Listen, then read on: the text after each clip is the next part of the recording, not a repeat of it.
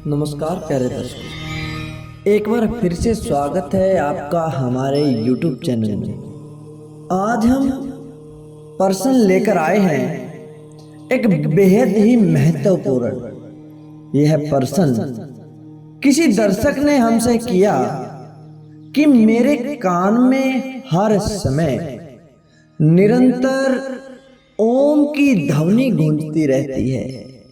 ये महेश भट्ट जी का पर्सन है जो नैनीताल से हैं। उन्होंने हमसे यह पर्सन पूछा है कि इसका कोई उपाय बताएं कि यह सब क्या है। सबसे पहले तो हम आपको ये बताना चाहते हैं कि जो कान में निरंतर ओम की ध्वनि आपको सुनाई देती है, सबसे पहले आप यह जानें कि वह ध्वनि आपको लगातार ध्यान के कारण सुनाई दे रही है या फिर बिना ध्यान किए शुरुआत से ही अपने आप वो सुनाई दे रही है। अक्सर होता ये है कि भक्ति मार्ग में, भक्ति के रास्ते पर एकमात्र यही वो पढ़ाई है, यही वो शिक्षा है जिसे आप जहां से छोड़ देते हो वहीं से शुरू करनी पड़ती है। सरल शब्दों में हम कहें कि जिस प्रकार हम पहली क्लास से पढ़ना शुरू करते हैं और निरंतर प्रयास करते करते हम 10वीं क्लास में पहुंच जाते हैं, किंतु 10वीं क्लास के विद्यार्थी का जब यह जन्म पूरा हो जाता है और फिर वह दोबारा जन्म प्राप्त करता है तो उसे फिर से पहली कक्षा में बैठना पड़ता है। किंतु भक्ति मार्ग दूसरा है। भक्ति मार्ग में कभी भी ऐसा नहीं होता। आपने इस जन्म में या पिछले जन्म में जहां तक अभ्यास किया है, जहां तक भक्ति की है, अगले जन्म में आपकी शुरुआत वहीं से होगी, ना कि पहली क्लास से। दूसरा, अगर आप अभ्यास करते हो उसके बाद लगातार ओम की ध्वनि आपको सुनाई दे रही है, तो इसका आशय ये है कि आप ओम की ध्वनि पर इतना अभ्यास कर चुके हैं, आपकी एकाग्रता बन चुकी है कि वह आपके कानों में जो निरंतर गूंज रही है, आपका मन बार बार उसी स्थान पर जा रहा है। पिछली वीडियो में भी हमने बताया कि ध्वनियां अलग अलग तरह की अंदर से सुनाई देती हैं। ये सब अंदर के रास्ते की ध्वनियां होती हैं। ये सब भक्ति मार्ग में जाने वाले उन लोगों की ध्वनियां होती है। जब आप साधना करते हैं, जब आप अभ्यास करते हैं, तो आपको पता लगता है कि ये सब ध्वनियां किस प्रकार से सुनाई देती है। कभी किसी को ओम की ध्वनि आती है तो किसी को भंवरे की गूंज की आती है, किसी को झिंगूर की आवाज आती है तो किसी को डमरू की आवाज आती है, तो किसी को मंदिर की घंटियों की आवाज आती है। ये आपकी साधना के ऊपर निर्भर करता है कि आप कितना अभ्यास करते हैं और अभ्यास भी किस प्रकार से करते हैं, क्योंकि ध्यान के न जाने कितने ही तरीके हैं। रास्ते बहुत सारे हैं, मंजिल एक ही है। कोई त्राटक करके ध्यान करता है, कोई आवाज का ध्यान करता है, कोई बंद आंखों से श्वासों का ध्यान करता है। ये सब मन को एकाग्र करने के तरीके हैं। आपके कान में जो ओम की ध्वनि निरंतर सुनाई देती है, आपका ध्यान आवाज पर जम चुका है। आप कहीं भी खड़े हो, आपको यह नाद हर समय सुनाई देगा।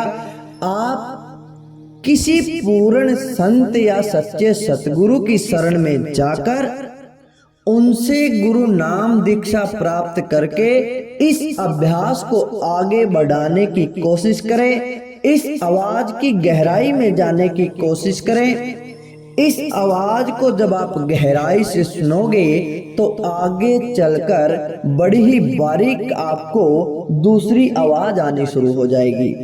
आपको ये सारी आवाजें दाएं कान से सुननी है, ना कि बाएं कान से। राइट ईयर से आपको सुननी है, लेफ्ट की तरफ आपने ध्यान नहीं देना है।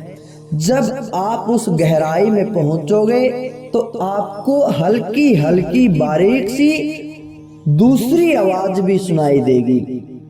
अब उस आवाज को पकड़ना है, उस पर भी फोकस करना है। तो धीरे धीरे यह आवाज कम होती जाएगी और अगले लोग की आवाज आपको सुनाई देगी। उस पर फोकस करोगे, उसको पकड़ने की कोशिश करोगे तो आप धीरे धीरे एक एक सतर ऊपर की तरफ जाना शुरू कर दोगे। इसी प्रकार से आपने शुरू से लेकर अंत तक एक आवाज को पकड़ना है, फिर उसे छोड़कर अगली आवाज को पकड़ना है। यानी कि सीढ़ी व सीढ़ी आपने आगे बढ़ते जाना है। ये आवाजें आपको खींचने का काम करेंगी, आपकी रस्सी का काम करेंगी, आपकी सीढ़ियों का काम करेंगी। इस प्रकार से आप ध्यान के स्तर में आगे बढ़ पाओगे।